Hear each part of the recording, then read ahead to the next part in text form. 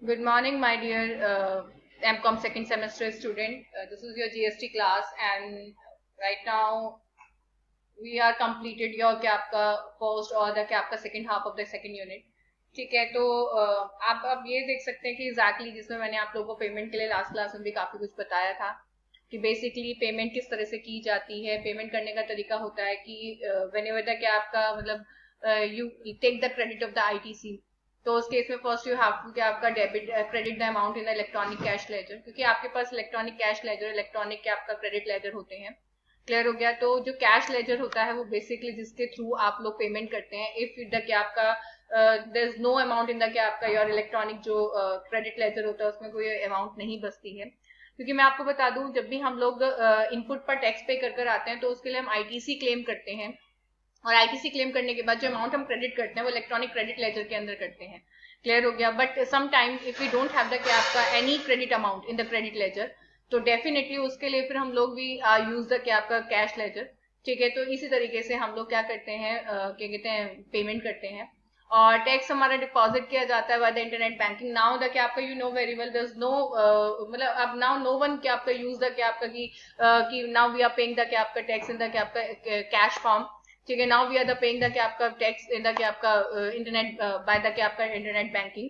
And how the internet banking use to use by the क्या आपका everyone is the NEFT and RTGS and debit card and credit card and over the counter whatever. ठीक है, and the date of credit to the government account in the authorised bank is the date of payment. वो तो सीधी सी बात है. एक बात तो फैक्ट है कि जब हमारे अकाउंट में कोई चीज आती है तो हम उसको तब मानते हैं कि हमारे अकाउंट में ये चीज उस दिन आई है. वो सामने वाला बंदा किस दिन आपके अकाउंट में क्रेडिट कर रहा है, किस दिन नहीं कर रहा है, वी मतलब नेवर कंसर्न अबाउट द क्या आपका दैट डेट. ठीक है, we only concern with the क्या आपका कि आपका किस दिन आपके अकाउंट में वो चीज आ रही है.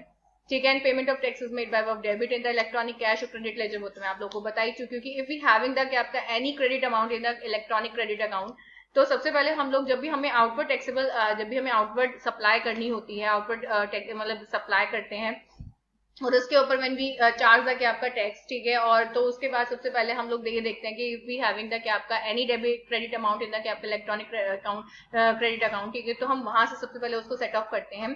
सेट ऑफ करने का मतलब आप लोगों को पता है, अगर हमारे पास क्रेडिट की एंट्री है तो उसको अगर हमें ठीक करना है तो हमें डेबिट करना पड़ेगा. तो हम लोग डेबिट करते हैं. ठीक है, और आई डोंट थिंक सो कि एमकॉम के स्टूडेंट्स को मुझे क्रेडिट और डेबिट के बारे में बताना पड़ेगा. क्लियर हो गया, क्योंकि अगर हमें सेट ऑफ करना है तो हमें क्रेडिट के अमाउंट को डेबिट करना पड़ेगा. Is it clear guys? And now the क्या आपका next thing in GST is the payment cross utilisation. I already discuss in the क्या आपका लास्ट क्लास की हाउ टू यूज द क्या आपका आईटीसी, क्योंकि मैंने आप लोगों को साफ साफ बताया था कि वी हैविंग द क्या आपका multiple of ITC in our credit जो इलेक्ट्रॉनिक क्रेडिट अकाउंट होता है. ठीक है, जैसे कि इफ क्या कहते हैं आई एम क्या कहते हैं डूइंग द क्या आपका ट्रांजेक्शन इन इंट्रा, जैसे बोलते हैं ना I am doing the intra transaction. ठीक है, इंटर ट्रांजेक्शन होती है और इंटर ट्रांजेक्शन होती है.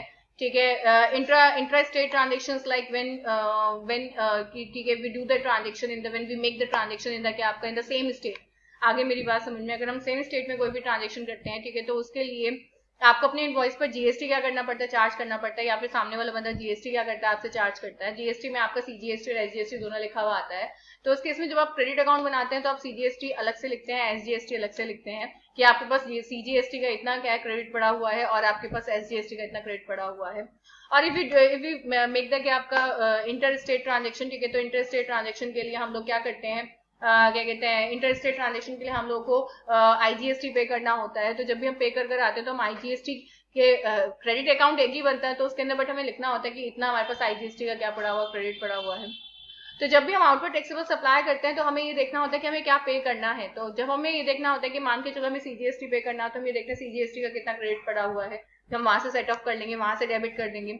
और अगर मान के चले कि सीजीएसटी अगर आपका सीजीएसटी से सेट ऑफ नहीं हो पाता है और आपके पास अगर एसजीएसटी या फिर क्या कहते हैं आईजीएसटी का क्रेडिट पड़ा हुआ होता है, तो आप एसजीएसटी का तो सीजीएसटी के लिए सेट ऑफ नहीं कर सकते हैं.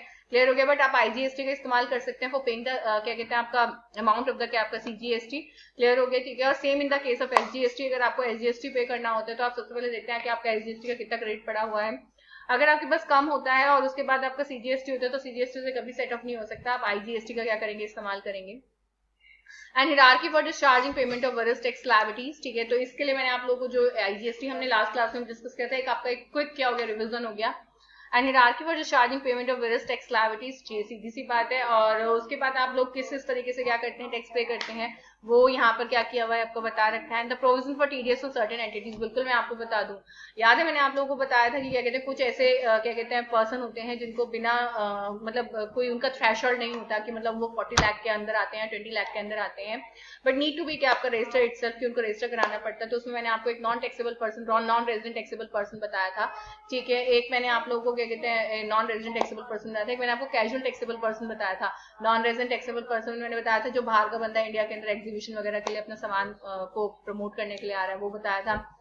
और कैजुअल टैक्सेबल पर्सन जो कभी कभार करता है बट वो इतना मोटी अमाउंट का क्या करता है ट्रांजेक्शन करता है, ठीक है, तो उसके लिए उसको अपने आप को रजिस्टर कराना पड़ता है। तो रजिस्ट्रेशन इसके आपका is effective only for the 90 days and after that, ठीक है, automatically registration will be lapse, ठीक है। एंड नेक्स्ट इन द क्या आपका the TDS person, TDS person मतलब जो a person who deduct the TDS on the क्या आपका क्या कहते हैं एवरी पर्सन जिसको टू होम तक क्या आपका पर्सन पेइंग द क्या आपका अमाउंट, जिसको वो अमाउंट क्या कर रहा है पे कर रहा है, ठीक है, उसके ऊपर भी क्या करना पड़ता है, उसको उस बंदे को भी क्या कहते हैं रजिस्ट्रेशन कराना पड़ता है। उससे कोई मतलब नहीं है कि उसके पास टीडीएस 40 लाख का बैठ रहा है, 50 लाख का बैठ रहा है, कोई there is no threshold limit, but if you deduct the क्या आपका TDS, if you covered under क्या आपका टीडीएस मतलब टीडीएस डिडक्टर एंटिटी, ठीक है, तो उस केस में आपको जीएसटी के अंदर रजिस्ट्रेशन लेना पड़ेगा respective of your what is your threshold limit और what is your not. E-commerce operator facilitating supply by the supplier to collect tax, TCS, yes. Not only TDS deductor is क्या आपका eligible मतलब is क्या कहते हैं liable for the क्या आपका registration, a person who deduct the क्या आपका who मतलब who are the क्या आपका TCS holder, TCS होता है जो collect करता है tax at source to get the time of supply out of payment to be made to such supplier, ये सब। एंड देन उसके बाद रिफंड, सीधी सी बात है, जब हम लोगों ने टैक्स वगैरह पे कर दिया, हमने रजिस्ट्रेशन करा लिया, नाउ तक आपका now we have to come to on the point कि व्हाट इज रिफंड। रिफंड होता है बेटा जैसे some time we are paying the क्या आपका GST on provisional basis and some time when you क्या कहते हैं इफ वी पे द क्या आपका मतलब एक तरह से देखा जाए हम लोग इफ यू पे द क्या आपका जीएसटी, ठीक है, ऑन क्या कहते हैं मतलब प्रोविजनल बेस पर पे किया and when the final assessment has been done, ठीक है, तो ऑटोमेटिकली ये पता चलता है कि what is your GST liability. तो जीएसटी लायबिलिटी अगर आपकी क्या होती है कम होती है, ठीक है, and you are already paying the क्या आपका एक्स्ट्रा अमाउंट, तो डेफिनेटली द अथॉरिटी विल क्या आपका रिफंड यू, ठीक है। बट सम टाइम ठीक है जो रिफंड होता है, ठीक है, वो नहीं होता, वो बंदा कह देता है कि ठीक है आने वाले टाइम में तो मुझे जीएसटी पे करना है, तो नो नीड टू क्या आपका रिफंड मतलब रिफंडेड द क्या आपका amount to me because of क्या आपका जब मुझे अगली बारी क्या करना है पे करना है तो फिर मैं अभी रिफंड लेकर क्या करूंगा, ऐसा उसका क्या होता है कंसर्न होता है। पर मैक्सिमम टाइम क्योंकि हमें रिफंड समझना है, रिफंड का मतलब होता है कि व्हेन यू पे द क्या आपका एडवांस जीएसटी या द क्या आपका एक्स्ट्रा जीएसटी टू द क्या आपका अथॉरिटी, तो डेफिनेटली अथॉरिटी विल क्या आपका रिफंडेड ऑल द क्या आपका एक्स्ट्रा अमाउंट, ठीक है, which you already pay to the क्या आपका अथॉरिटी, ठीक है। या फिर some time if you having the क्या आपका आईटीसी इन द क्या आपका इलेक्ट्रॉनिक क्रेडिट लेजर अकाउंट, ठीक है, बट क्या कहते हैं at the end of the क्या आपका ईयर, ठीक है, क्या नहीं हो पाता आपका that the ITC will not क्या आपका मतलब यू आर नॉट, एक तरह से देखा जाए कि आप उसको सेट ऑफ नहीं कर पाते हो या क्लेम नहीं कर पाते हो, तो definitely that ITC will also क्या आपका क्या कहते हैं रिफंडेड बाय द क्या आपका अथॉरिटी।